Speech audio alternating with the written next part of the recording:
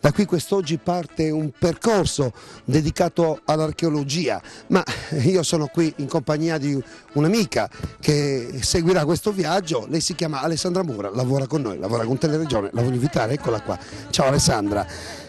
Come va Alessandra? Bene, bene, ma hai visto dove siamo poi? Ma è bellissimo. Caspita, siamo praticamente sotto il castello dei Doria. Ma ti rendi conto? Pensa tu. Chissà cosa tutto ha vissuto questo castello, quante storie d'amore, quante guerre. Eh beh sì, caspita, sono secoli e secoli ormai, possiamo rifarla una storia d'amore, che dici? Allora, da qui parte il nostro viaggio, il nostro percorso da Monteleone Roccadoria. Andiamo a scoprire cosa succederà, però lo chiedo ad Alessandra, cosa succederà oggi? Beh, oggi diciamo che parleremo un po' con tutti i protagonisti e i personaggi di questo bellissimo territorio, ad iniziare dal sindaco. Adesso andiamo a chiamarlo, vediamo cosa ci racconta. Ci vediamo fra pochissimo.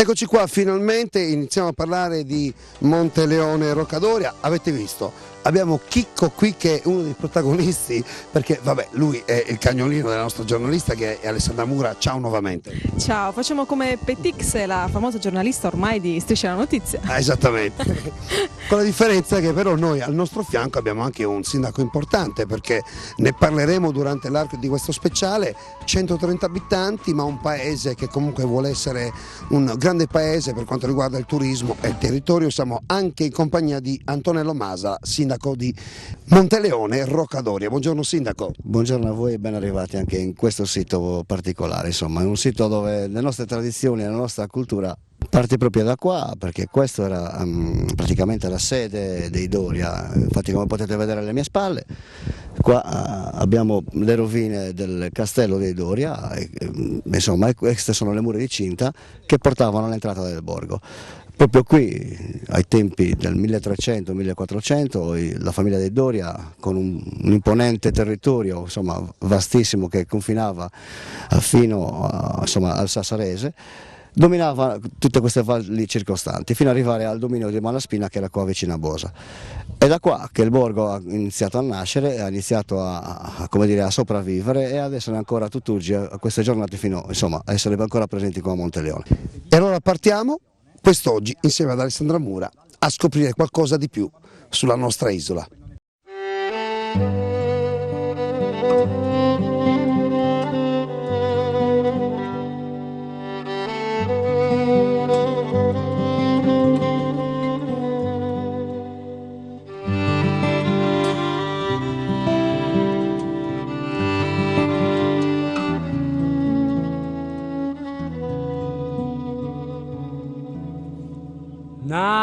Nadelu, signora mia, se discussa la stimata, chi chiama Maria, ma proi te guade, sa cara bianca denie, nade nos procchie. Siamo col sindaco di Monteleone Roccadoria, al quale chiediamo come è iniziato questo bellissimo progetto che coinvolge i castelli del nostro territorio, il primo Festival delle Arti in Sardegna. Sicuramente questo è dovuto al fatto, della grande conoscenza di tutti gli operatori dell'università, quali il dottor Milanese, Luca Sanna, e i vari personaggi che hanno lavorato in questi ultimi anni qua a Monteleone Roccadoria per gli scavi e tutto quello che è la nostra tradizione.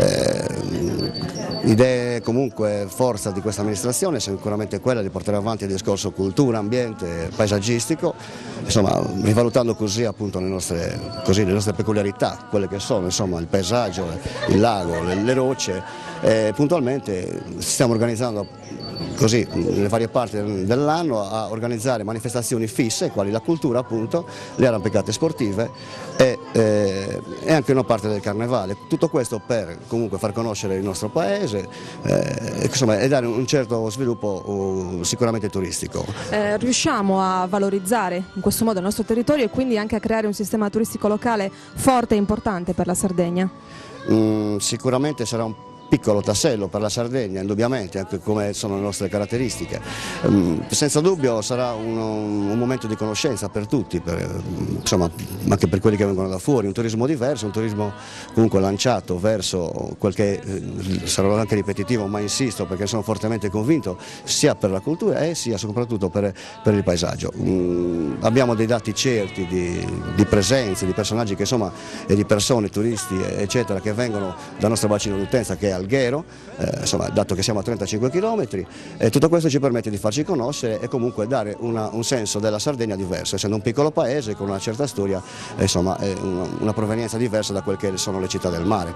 Possiamo dirlo, quindi non solo costa. Non solo costa, no, non solo costa, bellissima, conosciutissima soprattutto negli anni, ma la gente richiede le tradizioni, richiede il modo di essere, la cordialità, insomma, e tutti quei fattori soprattutto che ci caratterizzano come sardi, che insomma ci danno un certo orgoglio di essere qua e di portare avanti queste manifestazioni. Siamo in compagnia di Luca Sanna che oggi al convegno ci ha illustrato le finalità di questo primo Festival delle Arti che prevede comunque una valorizzazione importante del nostro territorio. Luca Sanna, da esperto, da archeologo, da professore in questo caso, ecco, spiegaci quali sono i progetti e gli scopi di questa manifestazione. Il progetto qua a Monteleone inizia 10 anni fa. Abbiamo iniziato con gli scavi di una porzione ristretta del castello e stiamo cercando di farli andare avanti sia nelle strutture delle fortificazioni che appunto intorno al castello ancora. Il progetto che nasce oggi è un progetto un pochino più ampio, quello che per quanto riguarda noi parte dalla storia, dall'archeologia del territorio, ma deve portare anche a una conoscenza aperta a tutti del territorio. Ovviamente parlando di storia, perché è quello che sappiamo fare, parlando di archeologia, ma facendo anche divertire la gente che viene a visitare questo posto e facendogli passare delle serate, qualche serata tranquilla, insomma. Quindi possiamo dire che c'è un'alternativa anche alla solita viaggio in Sardegna in costa, la spiaggia e tutto quello che poi attualmente viene considerato turismo. Si può fare turismo con le risorse del nostro territorio e quindi valorizzare il nostro passato. Assolutamente sì, è questo che appunto è questo l'obiettivo di questa manifestazione.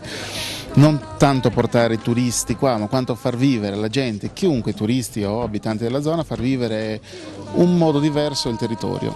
L'adesione finora? Sembra buona sia da parte della gente del posto che dalla gente sia da Sassari che da tutta la zona circostante.